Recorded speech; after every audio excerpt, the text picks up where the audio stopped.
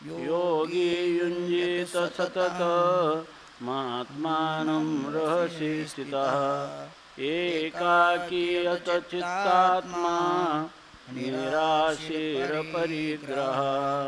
योगी युञ्जीत सतत महात्मानं रहसि स्थितः एकाकीयत चित्तात्मा निराशीरपरिग्रह।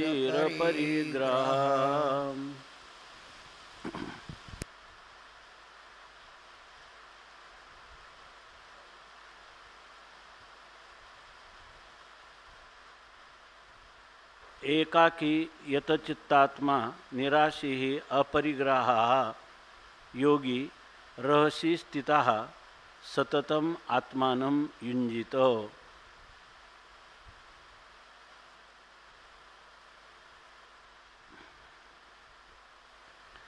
रहसि स्थितः या ठिकाणी ध्यानयोगाचं अनुष्ठान करणारा जो पुरुष आहे त्या पुरुषाने कशा प्रकारचं ध्यानयोग किंवा अष्टांग योगाचं साधन केला असता तो पुरुष ब्रह्मभावाला प्राप्त होतो याविषयी भगवान सांगतात की हे आत्मानुसंधान करायचं असेल तर पुरुष हा रहसी स्थित तो एकांतात गुप्त ठिकाणामध्ये की ज्या ठिकाणी त्याचा कोणाशी किंवा कोणाचा त्याच्याशी संबंध येणार नाही अशा प्रकारच्या एकांतवासी होऊन आणि त्या एकांतामध्येही तो एकाकी याचा अर्थ कोणाचंही साह्य घेतल्या वाचून केवळ या शरीराने एकटाच असा आणि यतचित्तात्मा ज्याने आपल्या चित्ताचं म्हणजे अंतकरणाचा निग्रह करण्याला समर्थ आहे आणि आत्मा म्हणजे आपलं शरीर इंद्रिय यांचा शरीर आणि शरीरामध्ये असणाऱ्या इंद्रियांचा समुदाय म्हणजे कर्मेंद्रिय ज्ञानेंद्रिय आणि उभयेंद्रियात्मक असणारं मन ह्या सर्वांचा जो निग्रह करू शकतो असा पुरुष निराशीही ज्याच्या चित्तात कोणत्याही प्रकारची आशा किंवा तृष्णा अंतकरणात नाही असा आणि अपरिग्रह म्हणजे जीवनाला अत्यंत असणाऱ्या जीवननिर्वाहाच्या साधनाच्या अतिरिक्त कोणत्याही साधनाचा अनात्म साधनाचा किंवा वस्तूंचा संग्रह जवळ न बाळगणारा असा जो पुरुष आहे तो त्या पुरुषाने ह्या अशा ठिकाणी सततम आत्मानं युंजित नित्य निरंतर रात्रंदिवस आत्म्याचं अनुसंधान किंवा आत्मचिंतन करावे अशा प्रकारचं सांगतात। आता ह्या श्लोकाचा अर्थ जवळजवळ फार संक्षेपाने माऊलींनी सूत्ररूपाने सांगितला परंतु पुढचं जे वर्णन आहे या श्लोकावर भरपूर ओव्या आहेत आणि त्या ज्या ओव्या आहेत हे गीतेची टीका सांगून झाल्यानंतर माऊलींचं या ठिकाणी स्वगत म्हणजे आपल्याला माऊलींना भावलेलं जे श्रीकृष्ण आणि अर्जुन आणि त्यांचं परस्परावर असणारं प्रेम आणि त्या प्रेमामध्ये अर्जुनाच्या परमोत्कर्षाविषयी असणारी भगवंताच्या अंतःकरणातील तळमळ याचं वर्णन ज्ञानोबाराय करतात। ज्ञानोबारायांना ते प्रेम या ठिकाणी दिसतं त्यांची एकमेकावरचं असणारी परस्परावरील अतिप्रीती त्या प्रीतीचा ज्ञानोबाराय साक्षात अनुभव घेत हे वर्णन करतात असं दिसतं। यामध्ये आत्तापर्यंत पाहिलं तर यतचित्तात्मा निराशी अपरिग्रह एकाकी रहसी स्थितः आणि आत्मानं सततम युंजित ह्या सगळ्या पदांवरची व्याख्या होऊन गेली।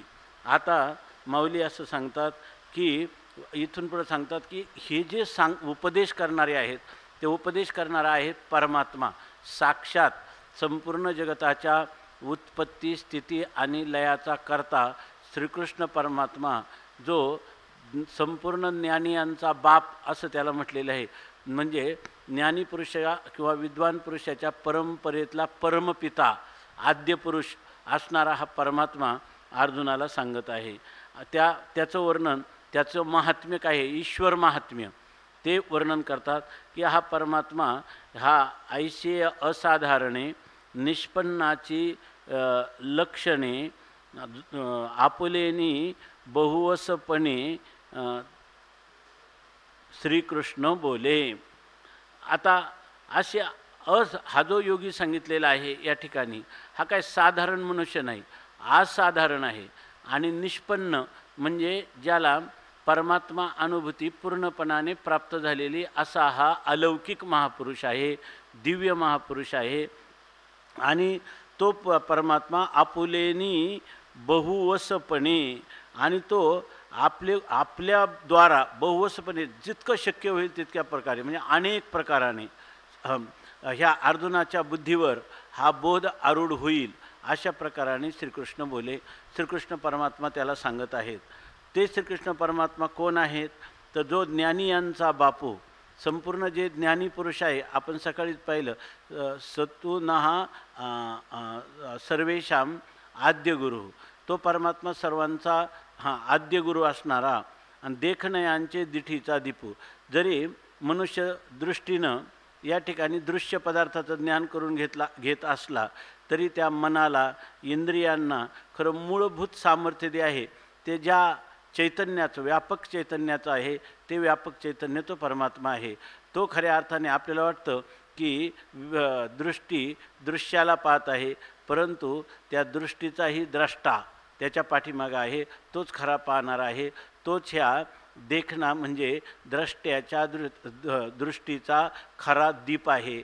म्हणजे द्रष्टा, दृश्य आणि दर्शन या तिन्ही त्रिपुटीचं तिघांचंही प्रकाशन करणारा परमात्मा आहे. म्हणून आपल्याला घटपटादिकांची ज्ञान होतात.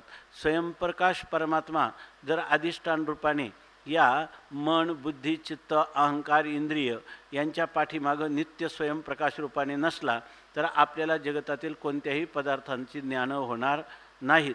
अशा प्रकारचा हा परमात्मा आहे. आणि त्या परमात्म्याचं सामर्थ्य सांगतात जया दादुलयाचा, ज्या अत्यंत बलवान समर्थ असणाऱ्या त्या परमात्म्याचा केवळ झालेला संकल्प, त्या संकल्प मात्राने विश्वरची, या संपूर्ण विश्वाचं निर्माण तो परमात्मा करतो. प्रणवाचे पेठे जाहले शब्द ब्रह्म माझिठे, ते जयाच्या यशा धाकुटे वेढून पुरे. आता परमात्म्याचं वर्णन जसं ज्ञानोबराय म्हणतात की तुझं सगुण म्हणो की निर्गुण रे, सगुण निर्गुण एक गोविंद रे. तुझं आकारू म्हणो की निराकारू रे, आकारू निराकारू एक गोविंद रे. तुझं दृश्य म्हणो की अदृश्य रे, दृश्य अदृश्य एक गोविंद रे. या ठिकाणी सगळं सर्वच्या सर्व काय आहे? परमात्माच आहे. दृश्य अदृश्य सर्व रूप परमात्मा आहे. म्हणून या ठिकाणी म्हणतात हा सर्व रूप आणि सर्व व्यापक, निरतिशय व्यापक, जो या ठिकाणी सगळ्या ज्याला जळीस्थळी भरलेला, ज्याच्या वाचूनरिता ठाव उरलेला नाही, अशा परमात्म्याचं दर्शन करण्यासाठी ज्या वेळेला वेद प्रवृत्त होतो, तो वेद म्हणजे कोण आहे? तर ती प्रणवाची पेठ आहे, ओंकाराची बाजारपेठ आहे. आणि त्या बाजारपेठेमध्ये त्या ब्रह्मस्वरूपाला गवसणी घालण्यासाठी, म्हणजे त्या ब्रह्मस्वरूपाचं यथार्थ आकलन किंवा ज्ञान होण्यासाठी हा वेद स्वतःला ज्ञान आहे आणि इतरांनाही ते ज्ञान व्हावं म्हणून अपौरुषेय शब्दराशी असा वेद जेव्हा प्रवृत्त होतो, तो त्या परमात्म्याचं स्वरूप जाणण्यासाठी तो एक प्रकारचं वस्त्र होतो. म्हणजे जेवढं मनुष्याचं शरीर आहे त्याच्यावर वस्त्र पांघरलं तर त्याच्यापेक्षा मोठं ते वस्त्र त्याला काय करेल? झाकून टाकील. आता या ठिकाणी तसा हा जो शब्दराशी असणारा अपौरुषेय वेद, तो जेव्हा परमात्म्याचं वर्णन करण्याला प्रवृत्त होतो शब्दात्मकतेने, शब्दाच्या माध्यमातून, तेव्हा त्याचं ते जे त्याच्यामध्ये असणारे जे अलौकिक असे वेदाचे शब्द आहेत ते सुद्धा ते वेद काय झालेलं आहे? वस्त्र. प्रणवाच्या बाजारपेठेत वस्त्र रूपाने प्राप्त झालेला जो वेद जेव्हा परमात्म्याचं यशाचं वर्णन करतो, आपण सकाळीच पाहिलं की परमात्म्याच्या ठिकाणी केवळ यशच हे नाही, षड्गुण ऐश्वर्य संपन्न परमात्म्याच्या ठिकाणी ऐका यश श्रिय औदार्य. यश हा औदार्य, वैराग्य, ज्ञान, ऐश्वर्य ह्या सगळ्या बाकीच्या राहिलेल्या 5 गुणांचा देखील तो उपलक्षण आहे. म्हणून केवळ त्या यशाचं वर्णन करायला प्रवृत्त झालेला वेद, त्याचं वेदरूपी वस्त्र हे त्या परमात्म्याला वेढून पुरे, त्याला पूर्णपणे कवळ घालण्यामध्ये किंवा त्याला वेष्टन करण्यामध्ये गुंडाळण्यासाठी म्हणजे शब्दात सापडवण्यासाठी समर्थ होत नाही, न पुरे, तो त्या ठिकाणी समर्थ होत नाही असं सांगितलं. जयाचेनी अंगिके तेजे आओ रवी शशीचे वणिजे म्हणून जग हे वेसजे विना असे तया. आता हे जे ओव्या आहेत ना, हे सगळ्या ओव्या उपनिषदातल्या मंत्रांचा अनुवाद आहे. आपण जर पाहिलं तर केन उपनिषद विशेषतः तर त्याच्यातला जो आशय आहे तोच या ठिकाणी माऊलींनी सांगितलेला आहे की जयाचेनी अंगिके तेजे, ज्या परमात्म्याच्या अंगचं म्हणजे ज्या परमात्म्याच्या स्वतःचं स्वरूपाचं तेज आहे त्या तेजामुळं रवी शशीचे वणिजे आवो, आवो म्हणजे प्रतिष्ठा. त्या कोणाला? रवी आणि शशी म्हणजे सूर्य आणि चंद्र यांचा जो वाणिज्य म्हणजे यांच्या ठिकाणी होणारा जो व्यापार आहे, म्हणजे सूर्य आणि चंद्र हे जे संपूर्ण जगताला प्रकाशित करण्याचा त्यांचा व्यापार आहे, या व्यापाराला प्रतिष्ठा प्राप्त झाली, महत्त्व प्राप्त झालं. सूर्य आणि चंद्र हे काय आहेत? प्रकाशमय आहे. एकाच्या ठिकाणी औष्ण्य प्रकाशाचं औष्ण्यत्व आहे आणि एका ठिकाणी प्रकाश असून त्याचं शीतत्व आहे. एक चंद्रविकासिनी कमलाला त्या ठिकाणी प्रफुल्लित करतात आणि एक सूर्यविकासी कमलाला, आणि जगातले सगळे व्यवहार जे आहेत ते ह्या चंद्र आणि सूर्याच्या प्रकाशात होतात. अशा प्रकारे त्या चंद्र सूर्याच्या व्यापाराला काय प्रतिष्ठा प्राप्त, आवो म्हणजे प्रतिष्ठा प्राप्त झाली, मोठेपणा प्राप्त झाला.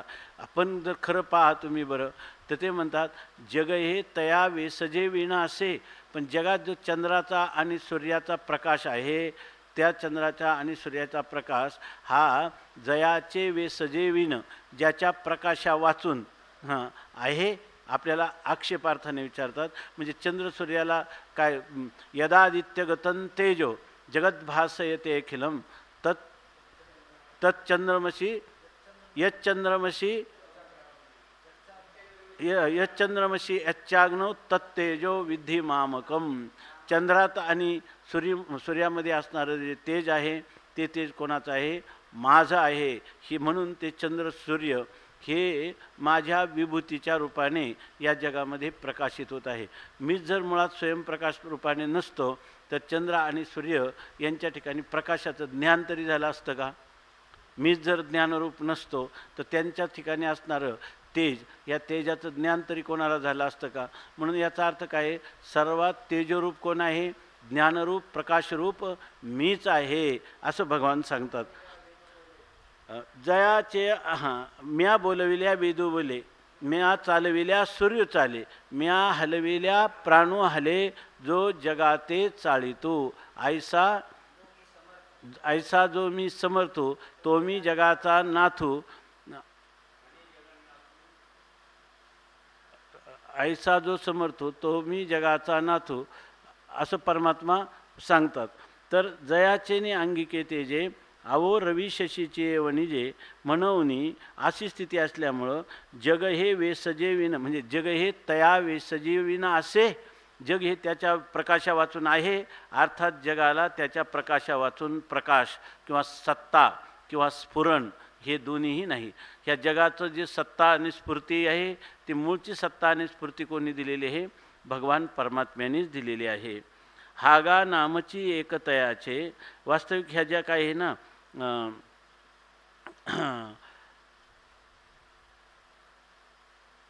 5 आणि 6 ह्या 2 ओव्या ज्या आहेत ह्या 2 ओव्यामध्येच ह्या श्लोकाची टीका झालेली आहे असं दिसतं. त्यानंतर हे जे वर्णन करणारा जो परमात्मा आहे तो परमात्मा आता इथं पद आलेले ना, पुढती अस्तवेना आयसे जया पाहिले अद्वैत दिवसे, हे जे वर्णन आहे ना तर ते वर्णन एकाकी या पदाचं आलेलं आहे.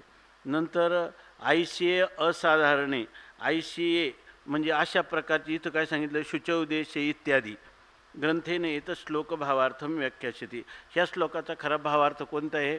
पुढचा जो श्लोक येतो ना, शुचौ देशे प्रतिष्ठाप्य स्थिरमासनम आत्मनः, याच्यामध्ये त्याचं व्याख्यान अधिक विस्ताराने होणार आहे. पण त्याचं मार्मिक सूत्रात्मक रहस्य म्हटलं तर हे जे वर्णन करता करता ब्रह्मविद वरिष्ठाची वर्णन करता करता त्याचं खरं मूलभूत सूत्र ह्या सर्व पदांचा अर्थ करून सांगितलं. सहजे अपरिग्रही जो तीही लोकी जो तो मीची म्हणवणी, याच्या तीही लोकी तोची म्हणवणी असं जे सांगितलं. ऐश्या दृष्टी जो विवेकी, किंवा ज्या ठिकाणी एकाकी यतचित्तात्मा याच्याविषयी पुढती आस्तवेना ऐसे जया पाहिले अद्वैत दिवसे मग आपण पाची आपण असे अखंडित, ह्या 2 ओव्यांनी. आणि नंतर हे अपरिग्रह हे 3ऱ्या ओळीमध्ये सांगितलं. सहजे अपरिग्रही जो तीही लोकी हे आपल्या 2ऱ्या ओळीमध्ये सांगितलं. आणि लगेच भगवान म्हणतात आईशी असाधारणे निष्पन्नाची लक्षणे, अशी असाधारण जी लक्षणं आहेत ही सांगितली असं म्हणतात. परंतु याचा खरा विस्तार जो आहे तो पुढच्या श्लोकामध्ये सांगणार आहेत. परंतु मध्येच या ठिकाणी ज्या परमात्म्याने ही गीता अर्जुनाला सांगितली त्या परमात्म्याचं महात्म्य या ठिकाणी वर्णन करतात. हे महात्म्य वर्णन करण्यापाठीमागं काय ज्ञानोबरायांचा उद्देश आहे आणि ते विस्ताराने वर्णन केलं. तर हा जो परमात्मा आहे तो परमात्मा आपल्या मुखतः अर्जुनाला हे तत्त्वज्ञान सांगत आहे, ही गोष्ट सांगायची.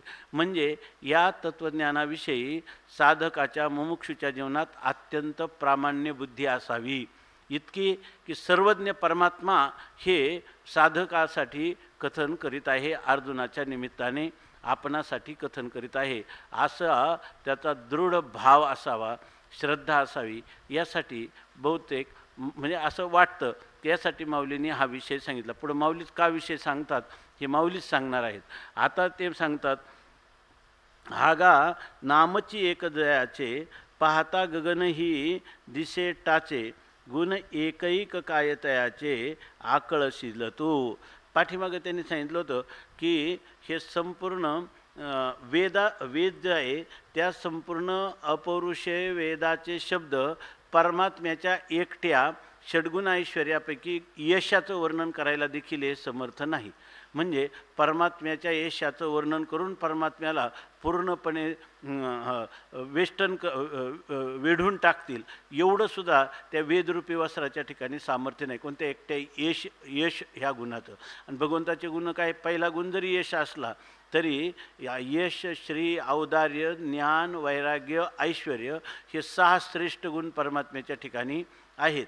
तेव्हा इथं असं सांगतात हा गा अरे अर्जुना पाहना की नामची एक जयाचे पाहता, जयाचे एक नामची पाहता, त्या परमात्मा त्या परमात्म्याचं एक नाव एक नाम जरी आपण पाहिलं तरी गगनही टाचे दिसे. सगळं आकाश त्याच्या पुढं काय आहे, टाचे म्हणजे तोकडा आहे किंवा आकाश त्याच्या पुढं मर्यादित आहे.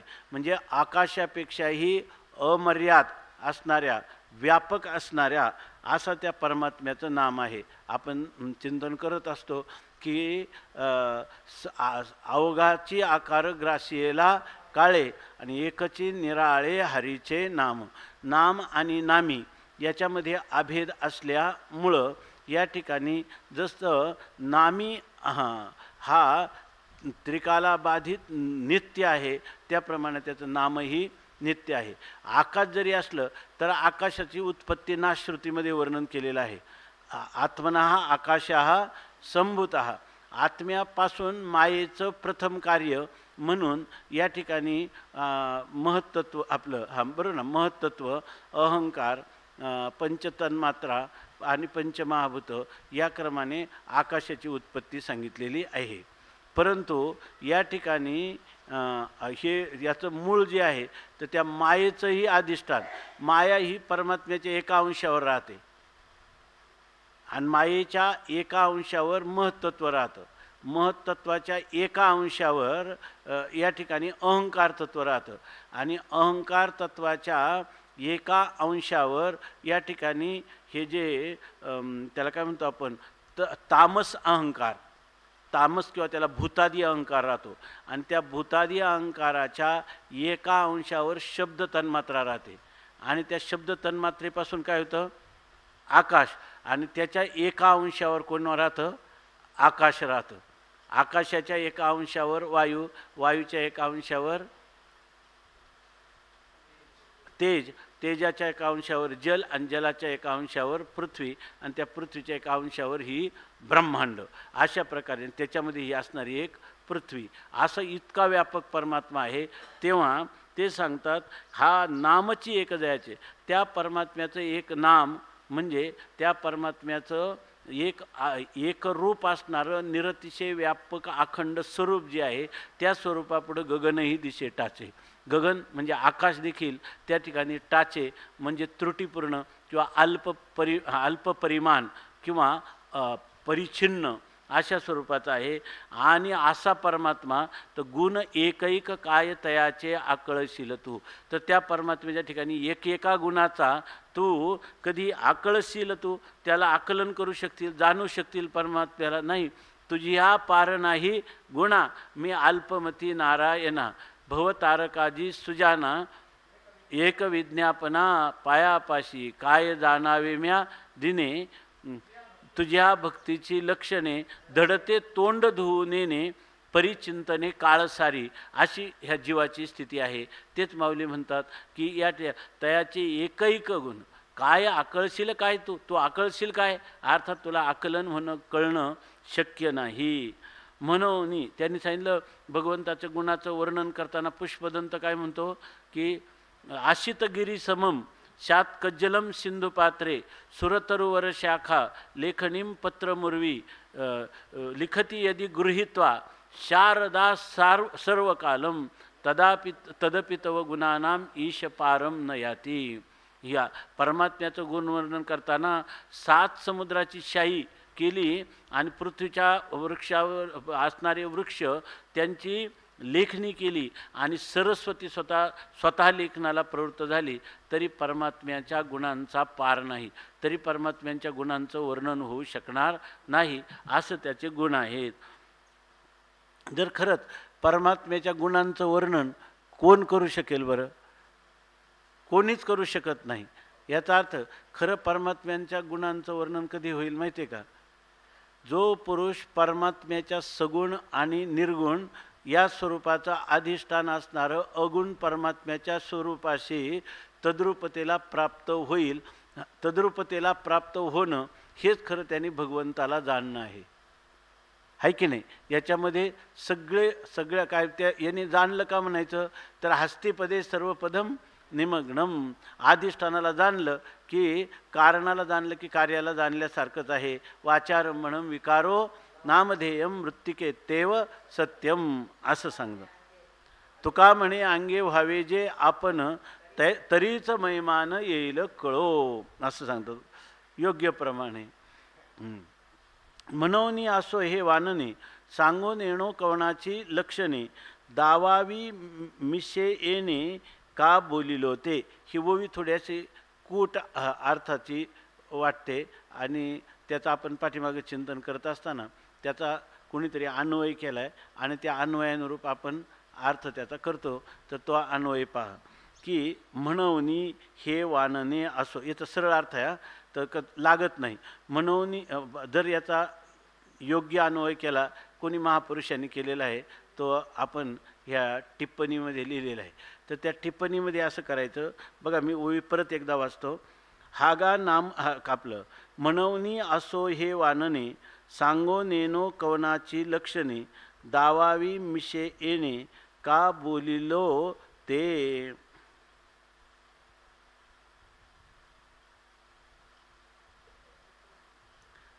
इथं म्हणतात कवनाची लक्षणे येणे मिशे दावावी ते का बोलिलो सांगो नेनो असं केलं. याचा अर्थ सांगो नेनो म्हणजे कवनाची लक्षणे. तर बघा कवनाची लक्षणे येणे मिशे दावावी हे पहिला अन्वय घ्या. आता इथे आहे ना माऊली स्वगत बोलतात. स्वगत म्हणजे स्वतःच बोलतात. आता तर इथं काय जे श्लोकात आलेल्या पदांचं निरूपण चाललंय का? काहीच चाललेलं नाही याच्यामध्ये. इथं भगवंताचं महात्म्य सांगतात आणि असा जो भगवान परमात्मा आहे तो अर्जुनाबरोबर संवाद करीत आहे, असं असं वर्णन चाललेलं आहे. आता इथं सांगतात ह्या भगवंताचं एवढं महात्म्य आणि तो अर्जुनाबरोबर संवाद करीत आहे, हे तुम्ही का बोललो? तर ते म्हणतात कवनाची, आणि तुम्ही त्या परमात्म्याने काय सांगता तर कवनाची लक्षणे, कोणाची लक्षणं, येणे मिशे म्हणजे ह्या निमित्ताने परमात्मा जो अर्जुनाशी संवाद करीत आहे तो काय करत आहे, तर कोणाची लक्षणं येणे मिशे दावावी, ह्या निमित्ताने दाखवावी. कोणाची लक्षणं दाखवायची? जो ब्रह्मविद वरिष्ठ असा योगयुक्तांमध्येही विशेष असणारा जो पुरुष आहे त्याची लक्षणं सांगायची. या निमित्ताने भगवान बोलत आहे आणि हीच गोष्ट आम्ही तिथंच स्पष्टीकरण करून सांगत आहोत. तेव्हा माऊली म्हणतात कवनाची लक्षणे, कोणाची लक्षणं येणे मिशे दावावी, या निमित्ताने कोणाची लक्षणं दाखावी. हे जे बोललं मी ते का बोलिलो, ते मी कशासाठी सांगतो? भगवान ही ज्या महापुरुषाची लक्षणांचं वर्णन करीत आहेत हे वर्णन मी का बोललो, ते का बोलिलो ते सांगून येणो, ते मला काय माहीत नाही काय? म्हणजे याचा अर्थ मी का बोललो हे मला काय माहीत नाही काय? माहीत आहे, हे वर्णन का मी करत आहे हे मला माहीत आहे. म्हणजे याचा अर्थ तुम्हाला माहीत नाही असं दिसतो भाऊ. तुमच्या लक्षात आलं नाही मी हे कशासाठी सांगतो, तर हे मी याच्यासाठी सांगतो की ती लक्षणं का बोलले नेनो माहीत आहे. म्हणजे ही कोणाची लक्षणं आहेत, ती लक्षणं का दाखवायची, त्याचं एवढं विस्ताराने वर्णन का करायचं हे मला माहीत नाही. म्हणजे ह्याचं तुम्ही म्हणाल की हे काय चाललं आहे मध्ये, चाललेलं जे विषय आहे ते सोडून त्या परमात्म्याचंच वर्णन एवढ्या प्रकाराने सांगितलं. तो परमात्मा अर्जुनाशी संवाद करीत आहे आणि त्याच्यामध्ये ह्या लोकांची वर्णनं करीत आहे. ते कोणत्या निमित्ताने वर्णन करीत आहे, म्हणजे ही गोष्ट याच्यामध्ये रहस्यमय आहे, गूढ या ठिकाणी आहे. हा अभिप्राय गूढ अभिप्राय मी तुम्हाला आता सांगणार आहे. परमात्मा अर्जुनाला ज्ञानवान पुरुषाची लक्षणं जी काही या ठिकाणी वर्णन करून सांगत आहेत, म्हणजे जो पुरुष ज्या योगयुक्त किंवा युक्तयोग्यांमध्येही, बरोबर ना, जो श्रेष्ठ आहे, ही त्याची लक्षणं मी काय निमित्ताने सांगत आहे, आणि तो परमात्मा सांगत आहेत. ही लक्षणं कोण सांगत आहेत? परमात्मा. तर ती काय निमित्ताने मी बोललो चांगलं लक्षात घ्या. जर स्पष्ट नाही झालं किंवा काय वाटलं तर लगेच विचारा. तर अशा प्रकारचा या मी का बोललो ते याविषयी सांगतात. हे काय सांगून येणो, मला हे सांगता येणार नाही काय? म्हणजे याचा अर्थ आता मी तुम्हाला सांगणार आहे, हे मला काय माहीत नाही का? म्हणजे कदाचित तुमच्या लक्षात नसेल तर हे तुम्ही लक्षात घ्या. अभिप्राय हा गूढ अभिप्राय याच्या पाठीमागे आहे. तो मी जाणत आहे गुरूंच्या कृपेने आणि तोच तुम्हाला मी निवेदन करणार आहे असं सांगतात की दावावी मिशे येणे, तर ह्या निमित्ताने दाखवावी. ही जी परमात्म्याची लक्षणे येणे मिशे म्हणजे कोणत्या निमित्ताने दाखवायची, का म्हणून परमात्मा बोलत आहे, असं परमात्मा का म्हणून बोलत आहे अर्जुनाशी ही लक्षणं सांगताना, आणि पुन्हा विस्ताराने ही गोष्ट सांगत आहे. तो का बोलतो, कोणत्या हेतूने बोलतो आणि कोणत्या लक्षणांचं प्रतिपादन करतो, हे काही मला सांगून येणं हे मला कळत नाही, मला सांगता येणार नाही. सांगता येईल, किंबहुना मला तेच सांगायचं आहे. आपल्याला त्याला म्हणतात ना, हा एक प्रकारचा उपोद्घात आहे. काय त्याला काय म्हणतात? प्रतिपाद्य विषय मनसी निधाय. या प्रतिपादनाचा जो विषय तो तर मनामध्ये आहे, परंतु त्याच्या अगोदर अर्जुनाची भूमिका काय आहे, भगवंताची भूमिका काय आहे, हे तुम्हाला स्पष्ट करण्याच्या रीतीनं प्रकारांतरेनं वर्णनम, दुसऱ्या प्रकाराने हे वर्णन मी करत आहो. हे काय सांगून येणं मला सांगण्याचं कळत नाही. मग या ठिकाणी अभिमान वगैरे नाही. या ठिकाणी हे रहस्यात्मक ज्ञान जे तुम्हाला सांगायचे ते ऐकण्यासाठी तुम्ही सर्वांगाचे कान करून ही गोष्ट ऐका. हे याचं करणारं जे स्पष्टीकरण आहे ते तुम्ही ऐका. ते सांगतात की दावावी मिशे येणे का बोलिलो, ते लगेच भगवान माऊलीच म्हणतात ऐके. ही तर गोष्ट रहस्यमय आहे, ती तुम्ही आता ऐकून ठेवा. हे का बोलतात परमात्मा? द्वैताचा ठावोची फेडी, ते ब्रह्मविद्या किजेल उघडी, तरी अर्जुना पढिये हे गोडी नासेल हन. हे बघा, ही जी लक्षणं सांगतात ही चांगलं लक्षात घ्या. ही सगळी लक्षणं जी आहेत ही त्या सिद्ध पुरुषाच्या अंतःकरणाला अनुलक्षून सांगितली जात आहे की त्याच्या मूलभूत असणाऱ्या स्वस्वरूपाला अनुसरून असणाऱ्या स्वस्वरूपाची लक्षणं सांगत आहेत. तर त्याच्या ठिकाणी स्वस्वरूपाची लक्षणं सांगत नाही, त्याच्या केवळ असणाऱ्या अंतःकरणाच्या स्थितीचा या ठिकाणी भगवान अनुवाद करीत आहेत. बरोबर का? ही गोष्ट खरी आहे ना? बरोबर ना? वास्तविक भगवंतांनी काय सांगायला पाहिजे होतं? त्याला ब्रह्मविद्या सांगायला पाहिजे होती. तत्वमसी महावाक्याचा उपदेश करायला सांगून त्याला तद्रूपतेला प्राप्त करायला पाहिजे, की जिचं वर्णन तुकाराम महाराज तोंड भरून करतात. तत्वमसी विद्या आणि ब्रह्मानंदी सांग. तत्वमसी विद्या जर तत्वमसी महावाक्याचं श्रवण केलं त्याचा परिणाम काय होतो? ब्रह्मानंदामध्ये, म्हणजे निष्प्रतिबंध ब्रह्मानुभूतीमध्ये. आणि त्या निष्प्रतिबंध ब्रह्माची अनुभूती वेगळेपणाने होत नाही. तेच झाला अंगे तुका आता.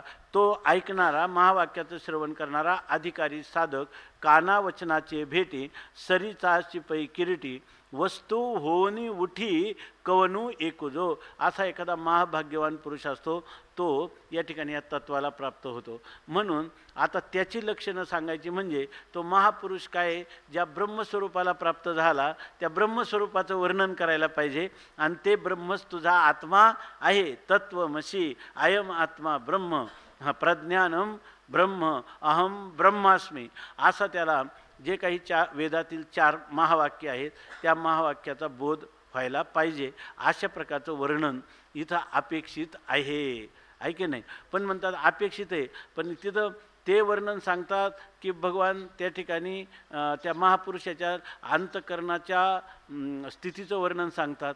अंतःकरणाच्या स्थितीचं त्याच्या लक्षणाच्या रूपाने वर्णन करीत आहे. हा जो विषय आहे ना, हा तात्विक आहे असं नाही, फार मोठा तात्विक आहे असं नाही. हा विषय साहित्यमय, म्हणजे ज्याच्यामध्ये अलंकारिक किंवा साहित्यिक भाषेमध्ये माऊलींनी अर्जुन आणि भगवान परमात्मा यांच्या दोघांमध्ये असणाऱ्या प्रेमाचं साहित्यिक भाषेमध्ये हे केलेलं वर्णन आहे. आणि याच्यामध्ये एक तात्विकता एवढीच आहे आपल्या वारकरी संप्रदायाप्रमाणे, की याच्यामध्ये ज्ञानोत्तर प्रेम लक्षणात्मक भक्तीला माऊलींनी जे काही आपल्या जीवनामध्ये माझ्या मनीची आवडी पंढरपुरानी न गुढी, पांडुरंगी मन रंगले, गोविंदाचे गुणी वेधले. माऊली तत्वज्ञ संत असताना त्यांच्या अंतःकरणाचा मूलभूत स्रोत हा जीवनमुक्तीच्या विलक्षण सुखासाठी त्या ठिकाणी भक्तीच्या दिशेने सारखा प्रवाहित होते. त्यांच्या दृष्टीनं भक्तीचं 2 स्वरूपात भक्ती संभवते. ज्ञानोत्तर ती म्हणजे आपल्या श्रीगुरूंची केलेली भक्ती किंवा आपल्या इष्टदेवतेची केलेली भक्ती. तेव्हा याच्यामधून गुरु शिष्याच्या रूपाने असणारही गुरु शिष्य ही भक्ती पण इथं प्रगट होते. आणि आपली इष्ट देवता आणि भक्त यांच्यामध्ये असणारं परस्परांचं प्रेम हेही या ठिकाणी जतन केले. कारण माऊली स्वतः सांगतात, चहू पुरुषार्थाशिरी भक्ती जैशी. आपलं संत वाङ्मय सांगतं की भक्ती भाग्य सीमा साधीन पुरुषार्थ ब्रह्मीचा जो अर्थ निज ठेवा असं सांगतात. आणि आम्ही वैष्णव हा धन्य कधी मानतो? धन्य मी मानीन आपुले संचित, राहिलीशे प्रीत तुझे नामी. याची धन्यता जीव ब्रह्मैक्य ज्ञानाने पूर्णता त्याला वाटत नाही. ज्ञानोत्तर प्रेम लक्षणात्मक भक्तीचं आस्वादन घेण्यासाठी तो आमरणांत काय असतो? लालायित असतो. आणि ही जी काही वारकरी संप्रदायाची धारणा आहे त्या धारणेचं स्पष्टीकरण या ओव्यांच्यामध्ये आपल्याला दिसून येतं. ते कसं? तर भगवान सांगतात, आपलं माऊली सांगतात की ऐके अर्जुना ऐक. बरं, आपण त्याचं स्पष्टीकरण आहे ते माऊली निवृत्ती प्रभृती सर्व संत मांदियाळींना उद्देशून म्हणत आहेत की ऐका द्वैताचा ठावोची फेडी. द्वैताचा ठाव ठिकाणा फेडी म्हणजे नाहीसा करते. ती कोण आहे? अशी फक्त ते ब्रह्मविद्या, आणि ते उघडी किजेल आणि ती उघडपणाने सांगेल. या ठिकाणी जे काही आपले संत आहेत ती उघड ब्रह्मज्ञान सांगणारे आहेत. वास्तविक आहे की नाही. पण इथं भगवान मात्र सांगत असताना ह्या ठिकाणी ज्ञानोबारायांना असं दिसतं की जी उघडी ब्रह्मविद्या म्हणजे अनावृत्त असणारं स्वयंप्रकाश स्वतःसिद्ध ज्ञान, ह्या ज्ञानाचं शिष्याला प्रकाशन करणं ह्याला उघडी ब्रह्मविद्या. आणि त्याच्याद्वारा तो गुरु आणि शिष्य किंवा देव आणि भक्त दुजा नाही विचार, त्याच्या ठिकाणी ऐक्याचं ज्ञान होतं. पण कधी ही जर ब्रह्मविद्या, पण ती ब्रह्मविद्या हात राखून सांगितली तर चालणार नाही. मज लागी शरणरी गिजे आणि जीवत्वेचे असे जे धिक या बोलीनं लजे प्रज्ञा केवी. या ठिकाणी भगवान म्हणतात मला माझ्या स्वरूपाशी तद्रूप होणं ही खरी भक्ती आहे. काय अभिन्ना या सेवा चित्त मियाची भरेल जेधवा माझा प्रसादू जाण तेधवा संपूर्ण झाला. खरा भगवंताचा प्रसाद कधी आहे? संपूर्ण प्रसाद देव आणि भक्त यांच्यात अभिन्नता येणं. पण हे ब्रह्मविद्येशिवाय होत नाही. आणि इथं माऊलींना दिसतात भगवंताचा अंतःकरण माऊलींना ज्ञात होत आहे की ते म्हणतात की जे द्वैताचा ठावोची फेडी ते ब्रह्मविद्या किजेल उघडी. तर म्हणतात अर्जुन पडिये हे गोडी नाशेल हन. 2 पाठ आहेत इथं. अर्जुना पडिये असा एक पाठ आहे आणि पाठभेद आहे अर्जुन पडिये. तर आपण बारकाईनं जर पाहिलं तर बघा तुम्ही, पण या ठिकाणी हा पाठ खाली घेतलेला पाठच वर पाहिजे होता की या ठिकाणी अर्जुना पडिये म्हणजे अर्जुन पडिये म्हणजे अर्जुन माझा आवडता आहे, अर्जुन माझा लाडका आहे. ही जी गोडी आहे ही गोडी कुठपर्यंत म्हणतं? ज्याला आवडता आहे तो मी आहे आणि माझ्या आवडीचा विषय अर्जुन आहे. हे द्वैत राहील तरच अर्जुन पडिये हा शब्द प्रयोग होईल ना, किंवा हा व्यवहार कधी होईल. पण भगवान का त्या ठिकाणी ब्रह्मविद्या उघड करत नाही? त्याच्या ठिकाणी ब्रह्मविद्येचं निरूपण करण्याऐवजी या ठिकाणी जो ज्ञानी महापुरुष आहे त्या पुरुषाचं वर्णन किंवा योगयुक्त पुरुषाचं वर्णन सांगत आहेत. ह्या वर्णनाच्या निमित्ताने अर्जुन द्वैतात जातो का अद्वैतात राहतो? द्वैत असा एक पुरुष आहे, त्याची अशी लक्षण आहे, असा विचार अर्जुन करायला लागतो. त्यामुळं तो मी ब्रह्मरूप देव आणि मी एक आहे हा विचार परिपूर्ण रीतीनं त्याच्या अंतःकरणात उद्भूत होत नाही की जो अज्ञान कार्याचा नाशक किंवा बाधक आहे आणि स्वरूपाशी तद्रूपता साधणारा आहे. हा विचार त्यामुळे येत नाही. का तर भगवान बोलत आहे मी ऐकत आहे. हा द्वैत आहे की नाही त्याच्यामध्ये, म्हणून म्हणतात.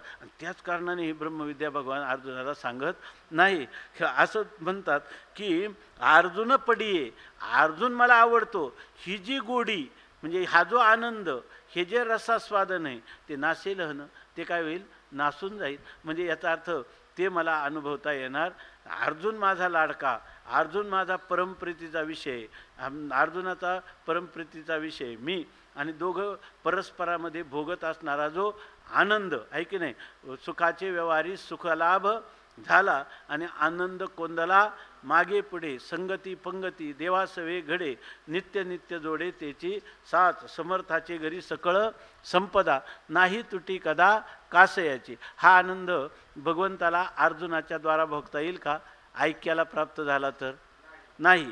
म्हणून म्हणतात ही गोडी काय होईल? नासेल, म्हणजे संपुष्टात येईल. आणि म्हणून ते तैसे बोलणे नव्हे, सपातळ आड लावणे, केले मनची वेगळवाणे भोगावया. हे म्हणतात. म्हणून हे काय माऊलींच्या प्रतिभेला हे दिसतंय. माऊलींच्या ऋतंभरा प्रज्ञेला कुरुक्षेत्रात जसं ते म्हणतात ना, भागवताचं काय म्हणायचंय, भागवतामध्ये ही गोष्ट व्यासांना माहीत आहे का शुकाचार्यांनाच माहीत आहे, परीक्षितला माहीत आहे का माहीत नाही, पण ती श्रीधराचार्यांना मात्र पूर्ण ज्ञात आहे. तसं या ठिकाणी भगवान काय म्हणतात हे एक तर भगवंताला माहीत किंवा अर्जुनाला माहीत आहे की नाही, परंतु इतर लोकांना माहीतही असेल किंवा नसेल, पण ज्ञानोबारायांना मात्र सकलम वेत्ती आहे की नाही. कारण का? श्री निवृत्ती प्रसादतः, निवृत्तीरायांचा पूर्णपणे प्रसाद त्यांच्यावर असल्यामुळं या ठिकाणी ज्ञानोबाराय म्हणतात की या मनवनी ते तैसे बोलणे. अहो त्यांचं जे बोलणं आहे ना तशा प्रकारचं म्हणजे काय, दोघांच्यामध्ये द्वैत मानून एकाला उपदेश करीत आहे, एक उपदेशाचा कर्ता आहे आणि एक उपदेशाचा ग्राहिता आहे, ग्रहण करता आहे.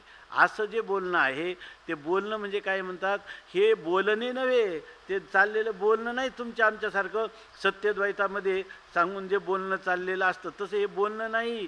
हे ह्या निमित्ताने भगवंतानी काय केले, सपातळ आड लाविणे, पातळ झिरझिरीत अशा प्रकारचा पडदा, सपातळ म्हणजे पडदा, या ठिकाणी तो पडदा आड लावणे. आपल्या दोघांच्यामध्ये अर्जुन आणि श्रीकृष्ण परमात्मा यांच्यामध्ये एक पडदा ठेवलेला आहे. हा पडदा पडलेला नाही, पडदा जाणून ठेवलेला आहे. कारण का, जर ही ब्रह्मविद्या उघड केली तर अर्जुन आणि भगवान यांच्यामध्ये संवाद तरी होईल का? तो संवाद होण्यासाठी लागणारं जे द्वैत आहे, बरं ते द्वैत सत्य आहे का? ते द्वैत कसं आहे, कल्पित आहे. म्हणून हा आड पडदा म्हणजे झिरझिरीत, हा जो पडदा आहे ना द्वैताचा, तो हा पडदा काय करत असतो माहिती आहे का, अद्वैत आत्मस्थितीचं अखंड यथार्थ ज्ञान भोगीत द्वैत ठेवित असतो. लक्षात आलं ना? अखंड कसं, स्वामी महाराज सांगायचे की काचेचा पडदा आहे, आपलं काचेचं कपाट आहे, ते आपले ते ग्रंथ आहेत. आम्हाला वाटतं ते ग्रंथ जे आहेत ना, ते ग्रंथ हे कोणाला दिसू नयेत म्हणून आम्ही त्याच्यावर धोतर टाकलं. कारण का काचेचा पडदा जो आहे ना, तर तो काचेचा पडद्यातून आपल्याला पुस्तकाची नावं वाचता येतात, सरळ ते पुस्तक आपल्याला दिसतं.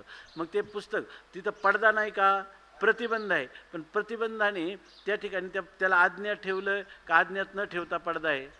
पडदा का हा पडदा असून नसल्यासारखा आहे. म्हणून भक्त्यर्थम कल्पितम द्वैतम अद्वैतादपि सुंदरम, भक्तीसाठी केलेलं जे द्वैत आहे ते ह्या अद्वैतापेक्षा सुद्धा काय आहे, सुंदर. आणि त्याच्यासाठी भगवंतानी मनची केले वेगळवाने. आपलं मन आणि अर्जुनाचं मन काय केलं, दोन केले का, मध्ये जो पडदा ठेवला, भेदाचा पडदा ठेवला, कल्पित भेदाचा पडदा ठेवला. आणि त्याच्यासाठी त्यांनी काय केलं, आपलं जर मन त्याच्या मनाशी पूर्णपणे ऐक्यभावाला प्राप्त झालं तर एकत्वामध्ये त्या ठिकाणी प्रेमाचा व्यवहार कुठं होतं, एकत्वात व्यवहार नाही, आहे की नाही, आणि द्वैतात सुखरूपता नाही. एकत्वात कुठलाच व्यवहार नाही, ऐक्य. द्वैतात व्यवहार आहे पण द्वैतातला व्यवहार सुखरूपता नाही, सुखरूपतेने परिपूर्ण नाही.